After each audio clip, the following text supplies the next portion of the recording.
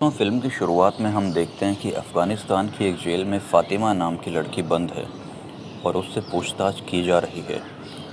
उससे पूछा जाता है कि उसने आईएसआईएस कब और क्यों ज्वाइन की। इसके बाद वो लड़की अपना सारी कहानी सुनाने लगती है। वास्तव में उसका असली नाम शालिनी था। वो हिंदू लड़की थी और भारत के केरल की रहने वाली थी। उस दौरान आतंकवादी संगठन आईएसआईएस सीरिया से लेकर अफ़गानिस्तान तक फैल गया था। एक दिन उनका लीडर कुछ मुस्लिम लड़कों से कहता है कि केरल में जाओ और वहाँ की लड़कियों को अपना प्रेम के जाल में फंसाओ, उनका धर्म परिवर्तन करवाओ, उनसे शादी करो और उन्हें प्रेग्नेंट करो, फिर अफ़गानिस्तान लाकर उन्हें आईएसआईएस में भर्ती करवा दो। इसके बाद वे मुस्लिम लड़के उन्हें भी टेररिस्ट बना दो। केरल में आ जाते हैं। उनके साथ कुछ मुस्लिम लड़कियों को भी भेजा जाता है ताकि वे हिंदू लड़कियों को तरह तरह से ब्रेन वॉश करें।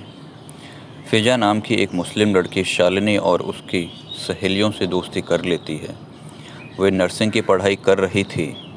फ़िजा उनसे कहती है कि सारी दुनिया को सिर्फ अल्लाह चलाता है, लेकिन शालिनी कहती है कि वह तो भगवान शिव पर विश्वास करती है।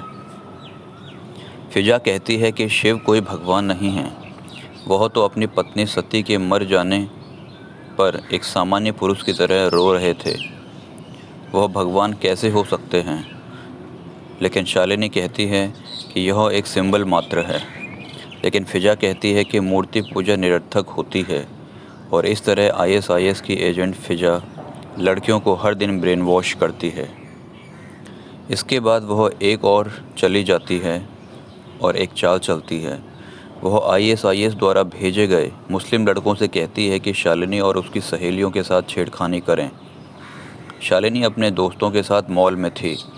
तभी वहाँ पर वे मुस्लिम लड़के उनसे छेड़खानी करने लगते हैं। लड़कियाँ वहाँ से भागने लगती हैं, लेकिन लड़के भी उनका पीछा करते हैं और उनके कपड़े भी फाड़ देते हैं। लड़कियाँ किसी तरह जान बचाकर वहाँ से घर आती हैं। इसके बाद फ़िजा उनसे कहती है कि तुम इस्लाम अपनाकर मुस्लिम बन जाओ और हिजाब पहनना शुरू कर दो, क्योंकि कभी भी हिजाब पहनी हुई मुस्लिम लड़की से छेड़खानी नहीं होती है और ना ही उनका रेप होता है। यह सुनकर कुछ लड़कियां सच में ही अपना धर्म बदल देती हैं और हिजाब पहनने लगती हैं। एक दिन अराफात नाम का लड़का शालिनी से मिलता है। वह उससे अपने प्यार का इजहार करता है। धीरे धीरे शालिनी भी उसके प्यार में पड़ जाती है। एक दिन अराफात कहता है कि तुम धर्म बदल लो, फिर मैं तुमसे शादी कर लूँगा। पहले तो शालिनी मना करती है, लेकिन फिर अराफात कहता है कि ऐसा करना पड़ेगा, नहीं तो उसके परिवार वाले नहीं मानेंगे। इसके बाद शालिनी मजबूर होकर इस्लाम अपना लेती है और हिजाब पहनना शुरू कर देती है। अराफात उसका नाम फ़ातिमा रख देता है और उससे निकाह कर लेता है।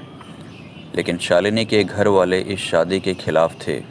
वे उससे कहते हैं कि अराफात तुमसे सच्चा प्यार नहीं करता और सिर्फ लव जिहाद की वजह से ऐसा कर रहा है।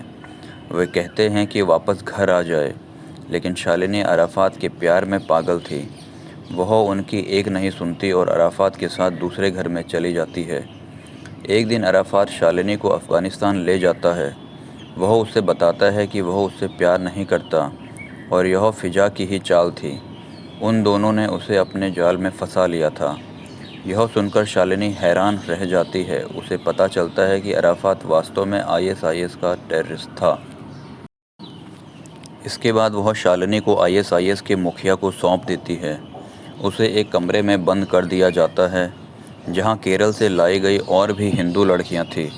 उन्हें भी ऐसे ही फंसाया गया था। एक दिन शालिनी को टेररिस्ट के साथ एक जगह भेजा जाता है। वहां टेररिस्ट निर्दोष लोगों पर गोलियां चलाकर उन्हें मार देते हैं। यह देख शालिनी रोने लगती है। वह देखती है कि अराफात भी ऐसा ही कर रहा है, लेकिन अब शालिनी बुरी तरह फंस चुकी थी।